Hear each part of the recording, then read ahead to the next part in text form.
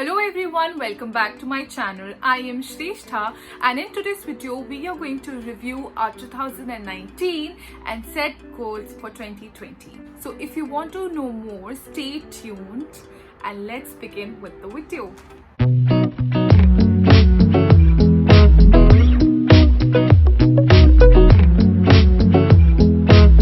But firstly, get your journals and make yourself some tea. Set everything and let's get started. So here is my 2019 journal and my new 2020 journal. I'm super excited for it. I have done some questions and some reflecting in my previous journal so that I can answer those questions in my new journal. So if you want to know more about these journals, this was like a plain journal I got from Amazon last year when I was in India. And now that I'm here again, I went for this neon pink. So this is my new Lustrum 1917 neon pink journal, plain journal. I have heard so many good reviews about it. Let's unwrap it together. If you would like to know more about both of these journals, let me know in the comment box below and I can make a separate video for that. And I'm really excited, and let's just begin with the whole planning for our upcoming year. So the first step is to review our year 2019. Now, why is it important to review the year? It's because unless and until you reflect on how you did your things and why you did them, it won't make much sense on how you want to plan your 2020, on how you want to plan your goals for 2020. Sorry, I had to move the background because the clouds are not cooperating today and there is a lot of fluctuation of light. So coming back to what are the questions I would like you to first reflect upon and then review your 2019. And also either you can review your year along with me or just can enjoy this video, up to you, but I would really recommend you to try these exercises, to try these questions so that you can review your 2019.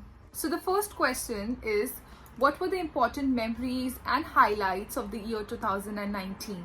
Now, answering this question I feel is really important because it kind of helps you to know what has actually happened the previous year, what were your important memories, some happy ones, some sad ones, how you got through them.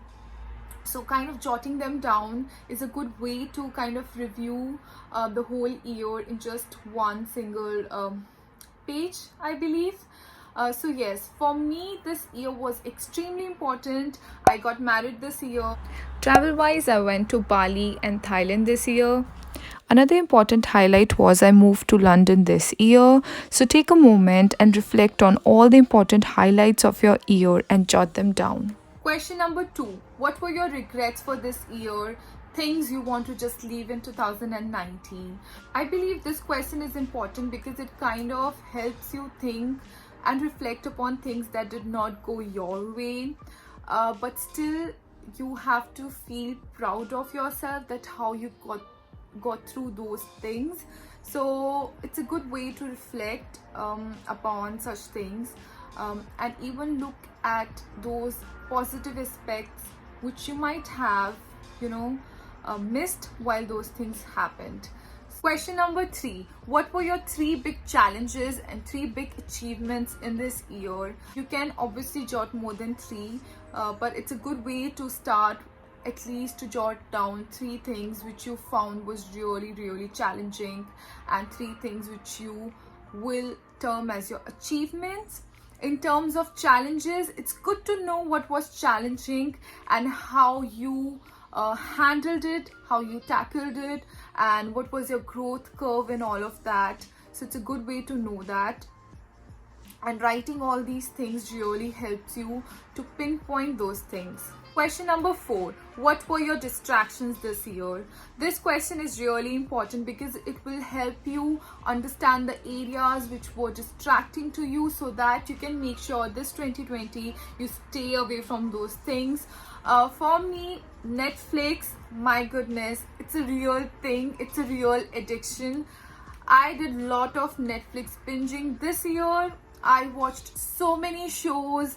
I think I watched Friends, the whole seasons at least twice this year, and so many other shows and movies. So you have to be careful that you're not completely doing those things which you did in your previous year. So for me personally, I want to be very careful that I don't Netflix binge this year.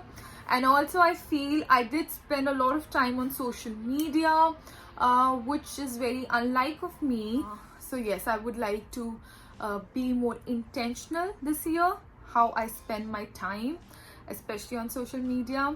And the final question is things you were grateful this year.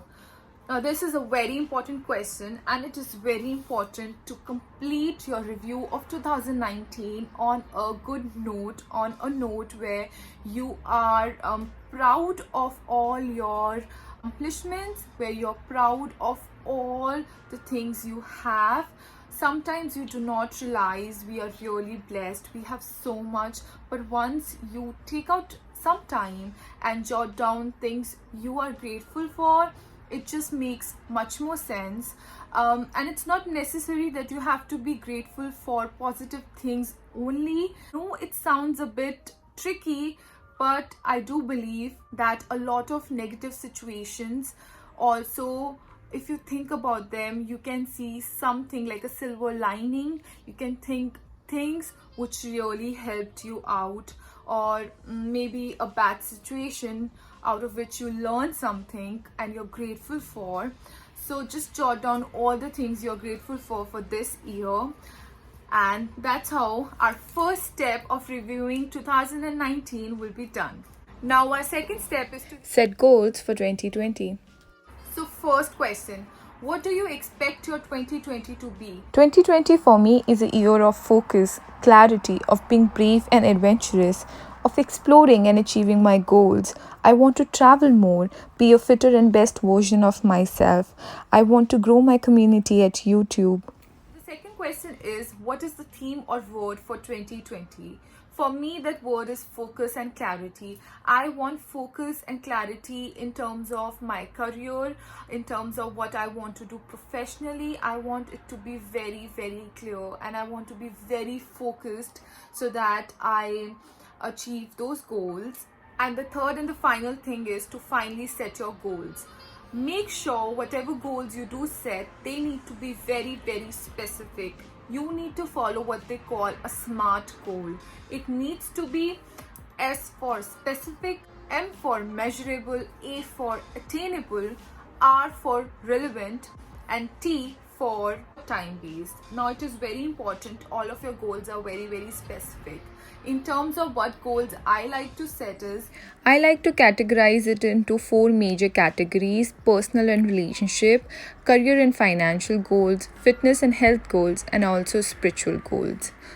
And after that, I want one major big goal for all these 4 sections.